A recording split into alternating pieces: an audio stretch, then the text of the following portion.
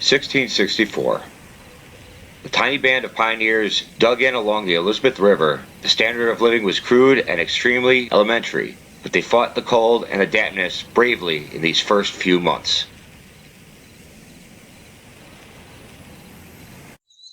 In such an isolated frontier, the settler's existence was much like the native Indian.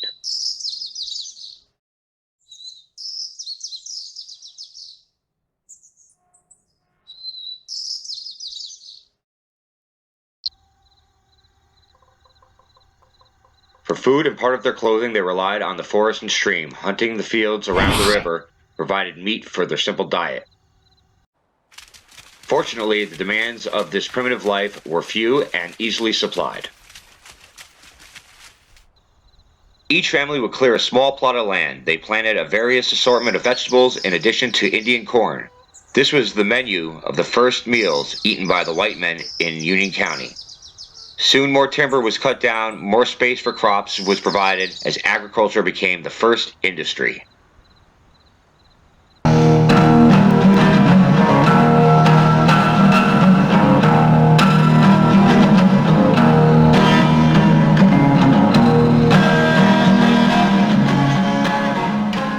(1665). The new settlement got underway. The ground about the creek had been cleared, and regular group meetings of the pioneers solved many problems of the individual. The animals became doubly alert to elude the new white hunters. Progress was made in the first year. The Indian hutch was replaced by crude log cabins. Soon larger buildings outmoded the log huts. Early in August 1665, 1 year after the first 60 families arrived, there was much excitement at Elizabeth Point. It was the landing of Philip Carteret, the new governor of New Jersey. He made his residence here. Carteret named the new settlement Elizabethtown in honor of Elizabeth, wife of Sir George Carteret, who was the proprietary lord of New Jersey and a cousin of Philip. The new governor designated Elizabethtown as the first capital of the state. This town was the first and most important colony in Union County. As time went on, its boundaries embraced nearly all of Union County as we know it today.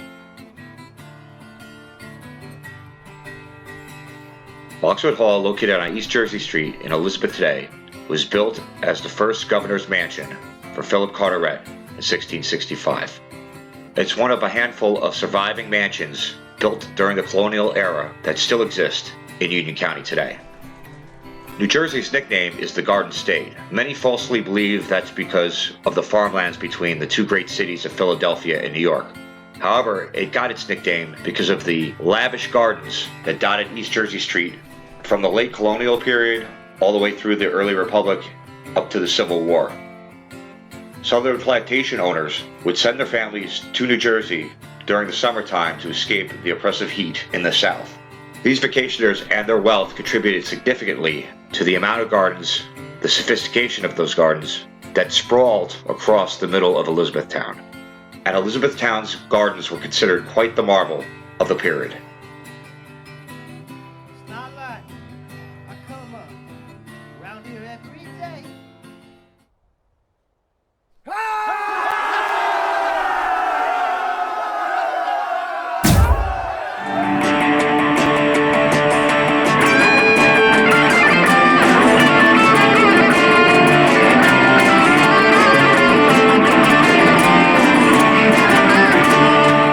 1665. The settlement grew rapidly. New, sturdy log homes were built and farmhouses constructed. The problem of furniture and other domestic articles arose.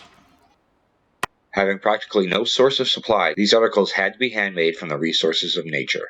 Their plates and other small receptacles were fashioned from flat stones and hollowed-out gourds. Large containers were fashioned from hollowed tree stumps. A welcome sight on a chilly day was the roaring fire in the vast fireplace of the cabin. It gave off much heat, though most of it escaped up the large chimney. It is well to brush back the veil of time and glimpse their comparatively simple, happy lives.